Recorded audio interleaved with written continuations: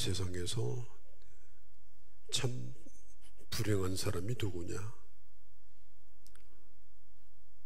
못 믿는 사람입니다. 안 믿는 사람입니다.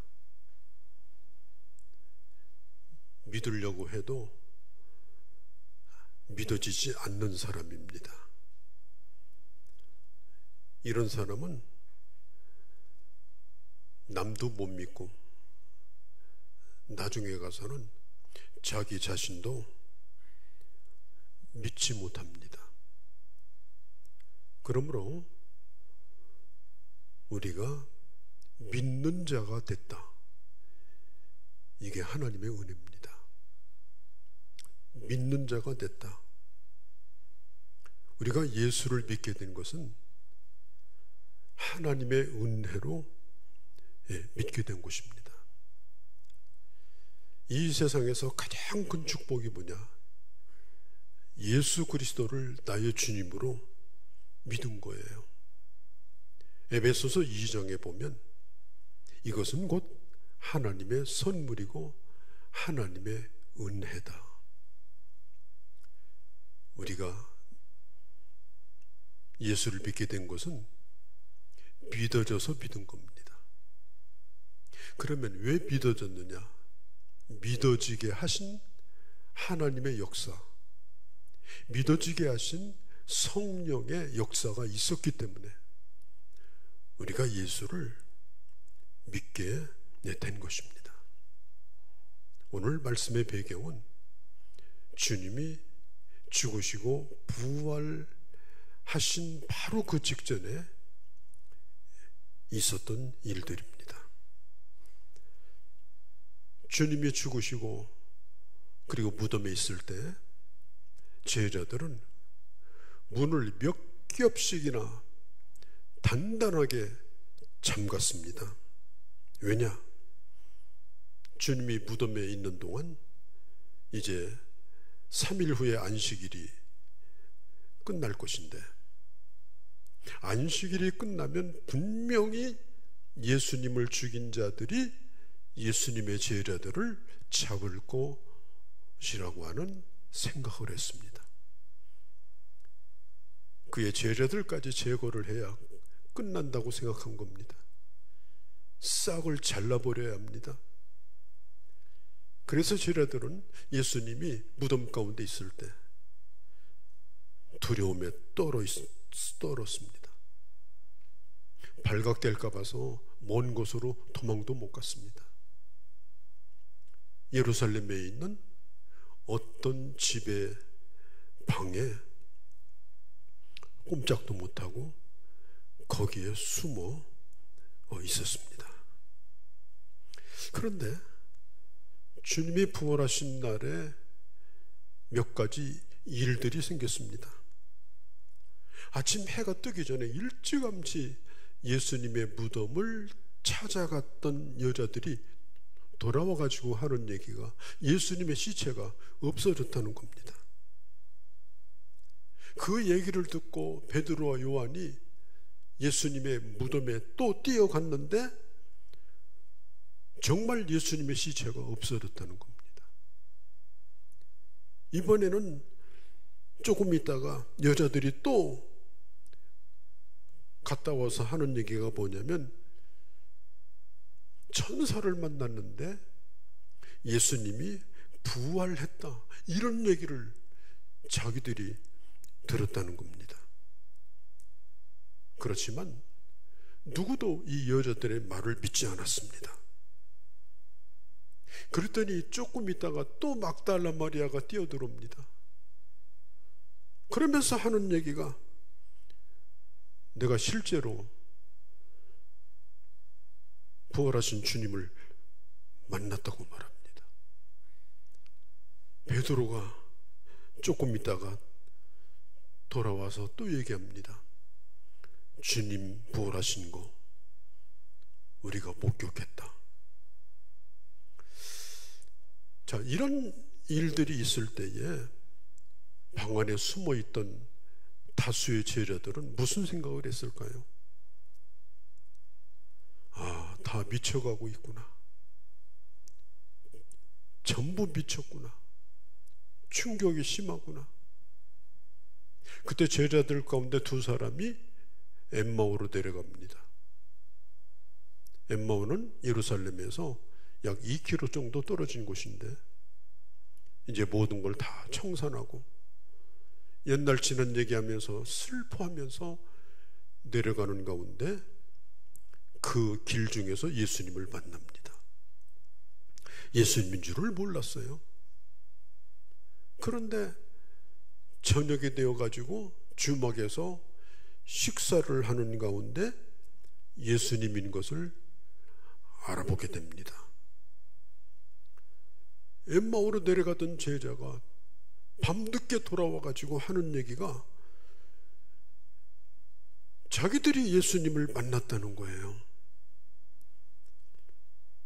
그런데 이 예수님의 이 부활의 소식을 들었다면 다른 제자들도 예수님을 찾아다녔을 거 아니에요? 그런데 이들은 그렇게 하지 않았습니다. 예수 그리스도가 부활했다고 하는 것을 말하는 사람은 있는데 그분을 만져보았다든지 뭐 그런 얘기는 없어요. 엠마오로 가는 제자들도 식사하는 도중에 예수님과 같았다 이렇게 말하고요. 또 막달라 마리아도 내가 만지려고 했더니 그분이 만지지 말라고 해서 안 만졌다. 모든 얘기를 가만히 종합해 보면 만난 것 같긴 한데 그분이 그분인지는 정확히 모르겠다.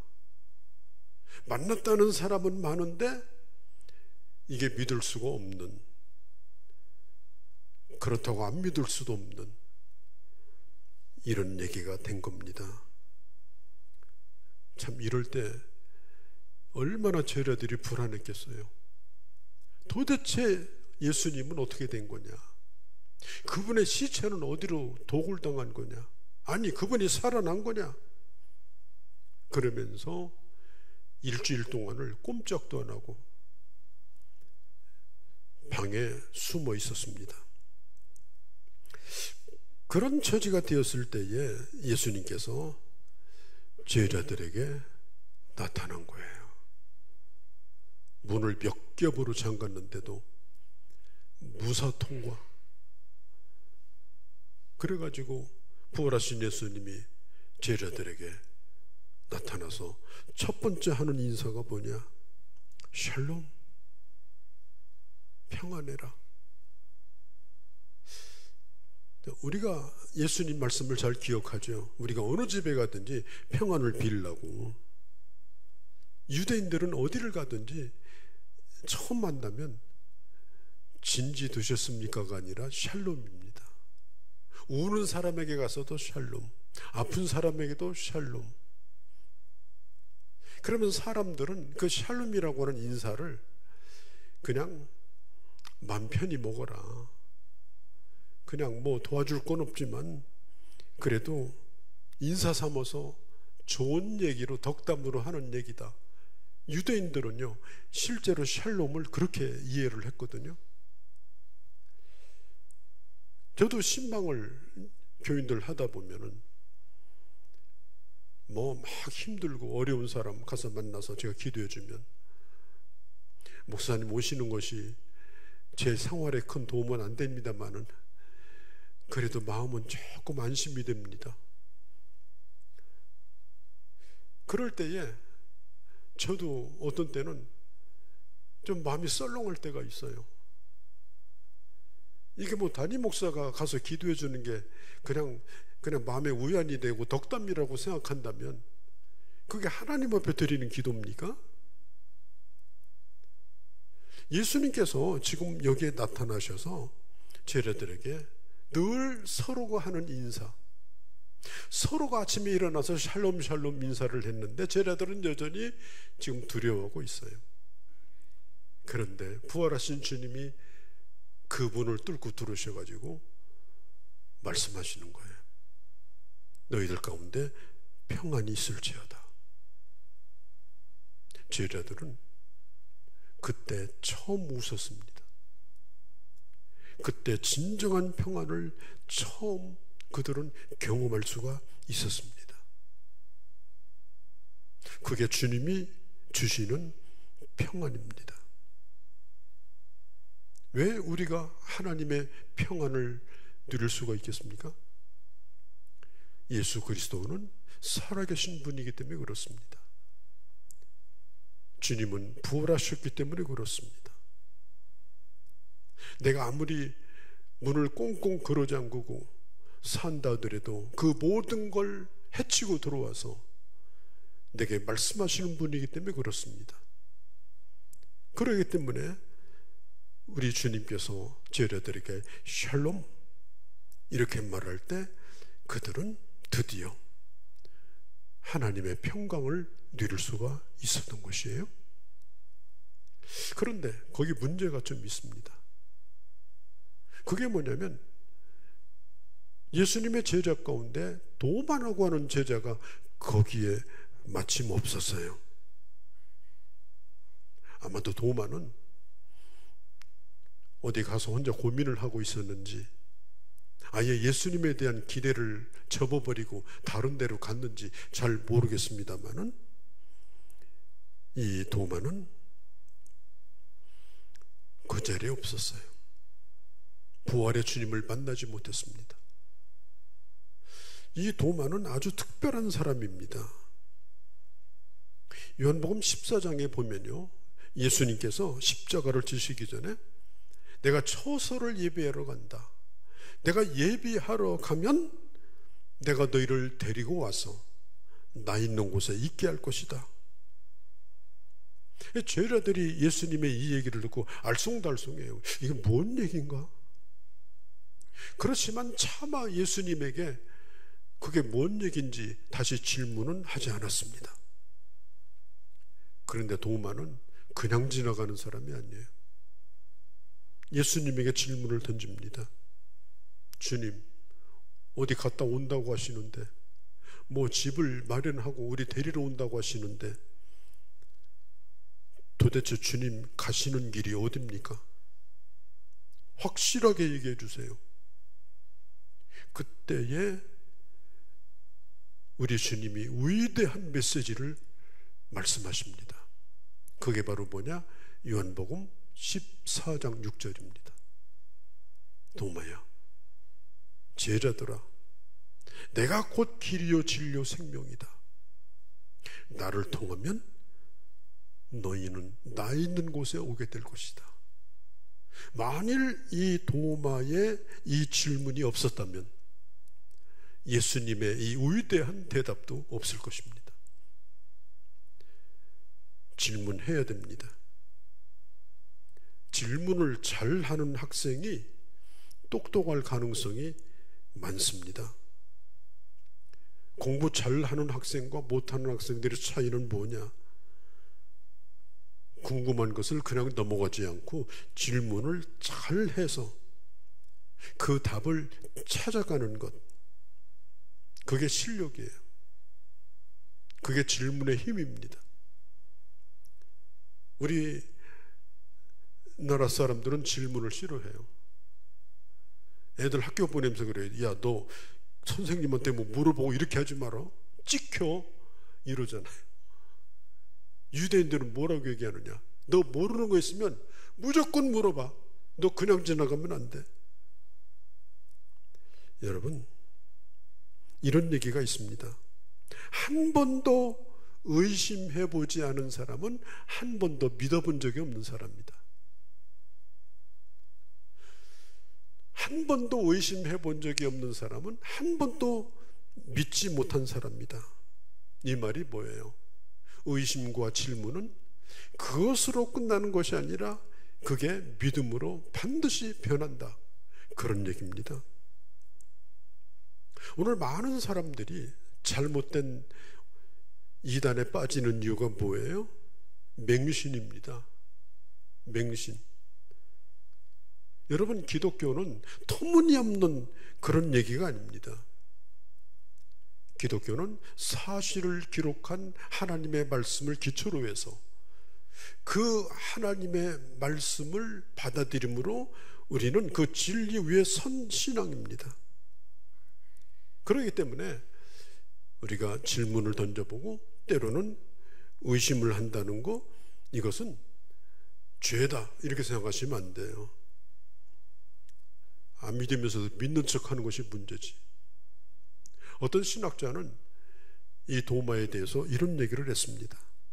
그는 회의에 찬 사람이지만 절망적인 회의론자는 아니다. 그는 구도자의 지혜를 가진 자다. 그는 진리를 찾고 있는 회의론자다. 그는 신앙을 가지고 있기 때문에 주님을 놓칠 수 없어서 묻고 또 묻는 신앙적인 회의론자다. 여러분, 건강한 사람은 질문을 던집니다. 죽은 사람에게는 질문이 없어요. 그런데 존재론적 질문은 아니에요. 다시 말해서 우리가 가지는 의심은 하나님이 계실까 안 계실까, 우리는 그런 의심은 하지 않습니다. 하나님은 살아계십니다. 하나님의 존재에 대한 의심은 우리에게 없습니다. 문제는 뭐냐면 그 하나님이 내 요구대로 안 들어주는 것에 대하여 우리는 회의를 품습니다. 하나님 왜 이렇게 하시는 겁니까? 왜 내게 이런 일이 있는 겁니까? 나는 이해를 할 수가 없습니다. 내가 이런 일이 지금 있는데 거기 하나님 계신 겁니까? 안 계십니까? 그것은 하나님의 존재에 대한 문제가 아니고 왜 그 일을 하나님이 도와주지 않느냐, 그런 것에 대한 질문인 거예요. 의심받는다는 건 참 힘든 거예요. 내가 누구에겐가 의심받고 있다. 도마는 주님을 의심했습니다. 그분이 살아났다고 난 못 믿어. 보기 전에는 못 믿어.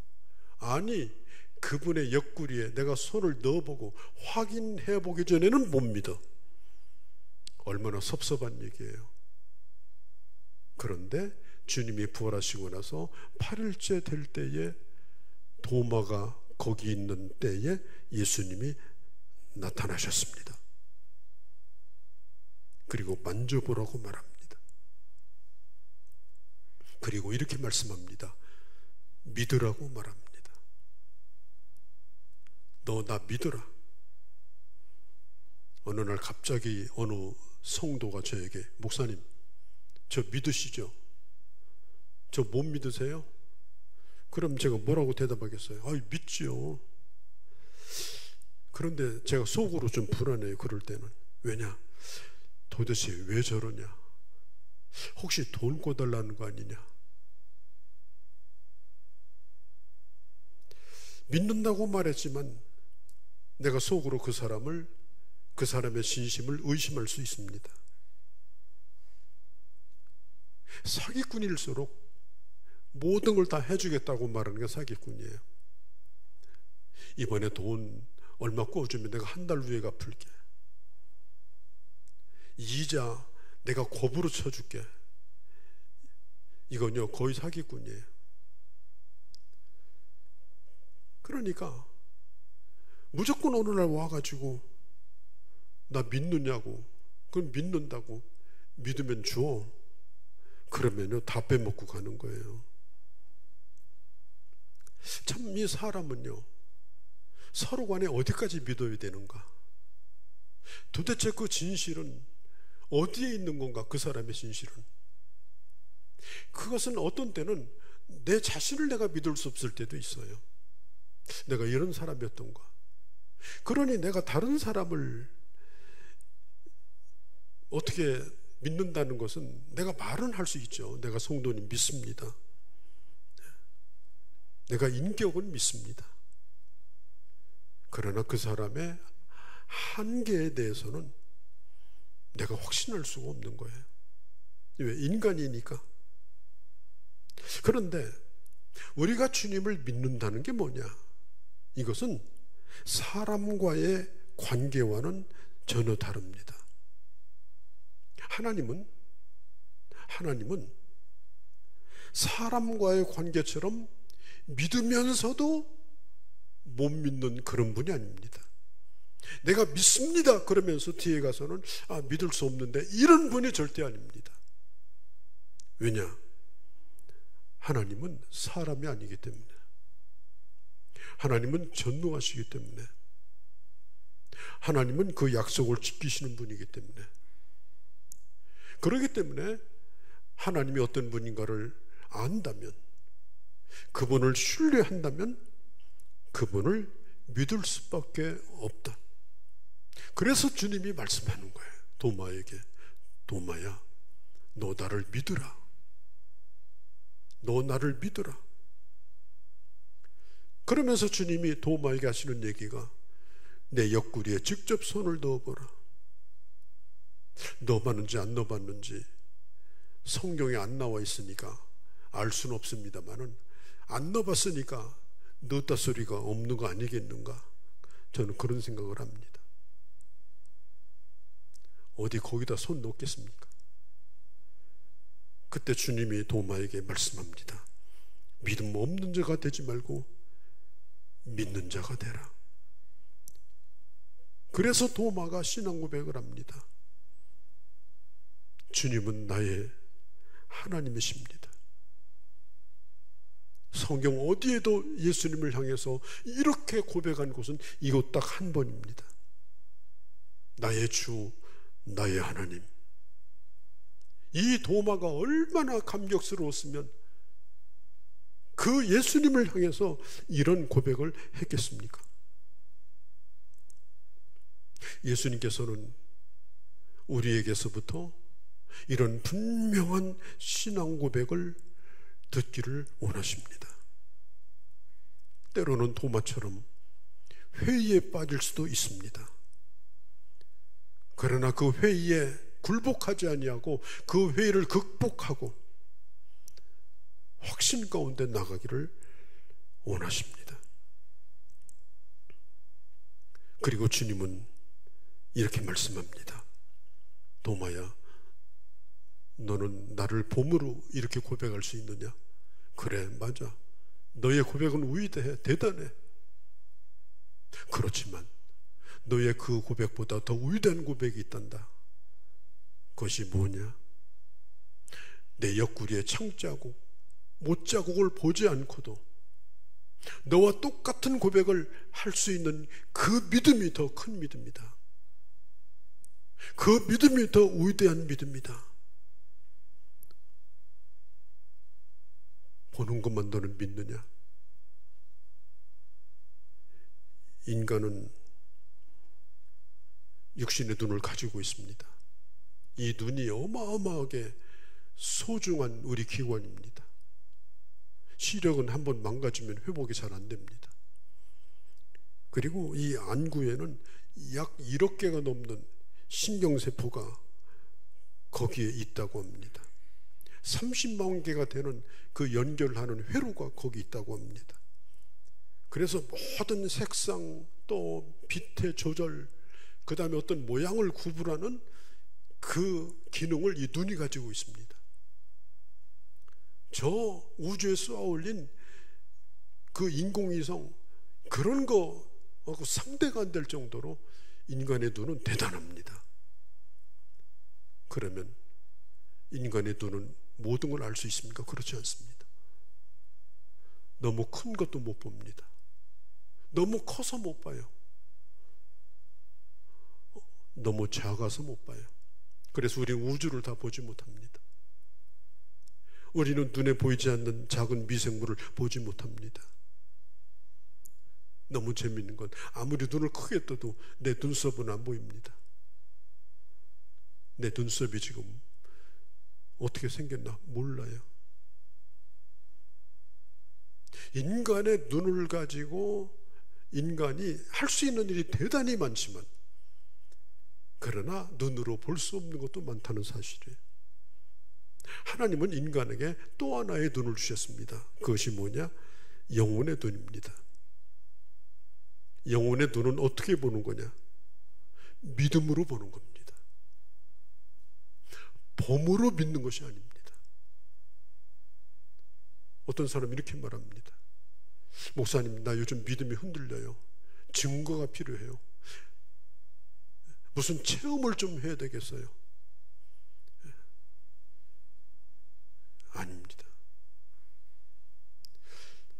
하나님께서 우리에게 믿음을 요구하실 때는 보고서 믿는 믿음을 요구하는 게 아닙니다. 경험하고 믿는 믿음을 요구하는 것이 아닙니다. 보지 못하였다 할지라도 믿음으로 보고 고백하는 믿음을 주님은 원하시는 것입니다. 오늘 우리가 살고 있는 이 시대는 보는 것만 믿는 시대입니다. 이성의 시대입니다. 합리주의 시대입니다. 모든 것이 합리적이지 않으면 검증 들어갑니다. 검증이 안 되면 안 믿습니다. 그런데 예수 믿는 사람 가운데도 나는 봐야 믿겠다는 사람이 있어요. 봐야 믿겠다. 저는 가끔 우리 교인들 만나면 인사를 받아요. 같은 날 전혀 다른 인사를 받습니다. 어떤 분은 아유 목사님 오늘 굉장히 건강해 보이시네요. 그러면 제가 조명빨인가요? 근데 어떤 분은 또 뜬금없이 같은 날에 목사님 어디 아프신가요? 이 사람이 어떤 걸 보고 판단하는 것은요, 이것은 믿을 수 없는 일이에요. 나와 전혀 상관이 없는 시각으로 나를 볼 수 있어요. 더군다나 보이지 않는 하나님을 육신의 눈을 가지고 어떻게 보는 겁니까? 그러면 이건 아주 중요한 말입니다. 이미 본 것만으로도 충분한 것이 믿음입니다. 사도 요한이 기록한 요한 1서에 보면 1절에 이렇게 말합니다. 우리가 들은 바요, 우리가 본 바요, 주목하고 손으로 만진 바라. 이미 본 사람이 있고 이미 만진 사람이 있습니다. 이미 경험한 사람이 있습니다. 사도 요한은 말합니다. 이제는 다른 이론을 말하지 말라. 이미 본 바요 만진 바다. 그것으로 충분하다. 주님이 3년 동안 저희들과 함께 있을 때 얼마나 많은 표적을 행했습니까? 얼마나 많은 일들이 있었습니까? 요한은 결론을 짓습니다. 이제는 본 것을 가지고 믿지 말고 본 것을 기록하고 있는 살아계신 하나님의 말씀을 믿고 믿으라. 그게 바로 성경적 신앙입니다. 우리는 하나님의 말씀을 믿는 자들입니다. 오늘 여기에 보인 우리는 예수님을 본 적이 없습니다. 예수님이 하늘로 승천한 후에 어느 누구도 예수님을 목격한 적이 없습니다. 예수님이 승천하신 후에 수많은 사람들이 주님 보고 싶다고 했지만 단 한 번도 하나님은 하나님의 교회와 성도들에게 자신을 보여주지 않았습니다. 그러함에도 불구하고 우리는 예수 그리스도를 분명히 믿습니다. 보아서 믿는 것이 아닙니다. 이미 기록된 하나님의 말씀을 통해서 그리스도를 봄으로, 그리스도를 만남으로 우리는 예수 그리스도를 믿는 것입니다. 베드로전서 1장과 2장을 보면 그 예수를 믿을 뿐 아니라 그 예수 그리스도로 인하여 내가 고난을 받고 내 생명에 위협을 당하면서도 우리는 기뻐하는 자가 되었다. 보지 못하고 믿는 자가 그러므로 복되다라고 성경은 말하고 있습니다. 그러면 왜 우리에게는 예수를 믿으면서도 혼란스러울 때가 있는가? 이런 고민이 우리에게 있습니다. 나는 분명히 예수를 믿습니다. 안 믿는 거 아닙니다. 마가복음 9장에 제가 몇 주 전에 설교한 것처럼 몹쓸병에 걸려서 물에도 뛰어들고 불에도 뛰어드는 그 자기 아들을 데려온 아버지가 예수님에게 한 얘기가 뭐냐면 내가 믿나이다. 나의 믿음 없는 것을 도와주옵소서. 우리는 분명히 예수를 믿습니다. 그런데 어떤 때는 흔들립니다. 어떤 때는 기쁜 회의에 빠질 수도 있습니다. 왜 그러면 우리에게 그런 일이 생기는가? 그것은, 그런 혼란스러움은 우리의 연약함 때문에 그렇습니다. 증거가 부족해서 그런 게 아니에요. 우리에게 체험이 부족해서 그런 게 아니에요. 예수님의 부활을 인정할 수 없기 때문에 하는 고민이 아니에요. 약하기 때문에 그래요. 우리는 환경의 영향을 받고 정서의 영향을 받고 또 힘든 일이 있으면 낙심하게 되고, 그러면서 그런 것들이 우리 믿음에 영향을 끼쳐요. 믿음이 없는 건 아니에요. 그러나 믿음이 없는 것처럼 느껴질 때가 있습니다. 오늘 주님이 말씀합니다. 예수님의 못자국과 창자국을 확인하면서 나의 주 나의 하나님이라고 고백하던 도마에게 주님은 말씀합니다. 보지 못하고 믿는 자가 더 복되다. 보지 못하고 믿는 자가 더 복되다. 그런 의미에서 오늘 우리는 도마보다도 더 복된 자입니다. 이런 아름다운 믿음을 가지고 주님 오시는 날까지, 참 이렇게 좋은 계절이 됐는데 오늘 2부 예배 끝나고 걷는 일을 할 겁니다. 엊그제 지나가 보니까 너무너무 그 길이 아름다운 거예요. 양쪽에 꽃이 아름다워요. 이렇게 계절이 좋은 철이 되면 철 따라서 이렇게 놀랍게 하시는 하나님의 은혜를 경험합니다. 이럴 때에 눈만 즐거운 것이 아니라 정말 하나님의 은혜를 내 안에 가득 담고 하나님의 신실하심을 충만히 느끼고, 그리고 하나님의 말씀을 펼쳐서 예수님의 말씀처럼 보지 아니하고도 보는 것보다 더 확실한 믿음을 가지고 예수 그리스도 안에서 믿음으로 승리하는 그런 하나님의 귀한 자녀들이 다 되어주시기를 주의 이름으로 축복합니다. 거룩하신 우리 아버지, 네가 믿느냐? 주여 내가 믿나이다. 주는 나의 주시요 하나님이십니다. 그러면 네가 보지 못하고도 믿는 자가 되라. 눈에 보이는 증거가 없어도, 눈에 보이는 체험이 없어도, 사건이 없어도, 현실이 힘들고 어려운 곳으로 가득 차도 내게 주신 하나님의 말씀과 이미 이루어진 일들을 보며 하나님이 내게 이루실 일들을 기대하며 흔들리지 않는 확신을 가지고 주님을 믿는 하나님의 사람들이 되게 하여 주시옵소서. 우리 주 예수님의 이름으로 기도하옵나이다. 아멘.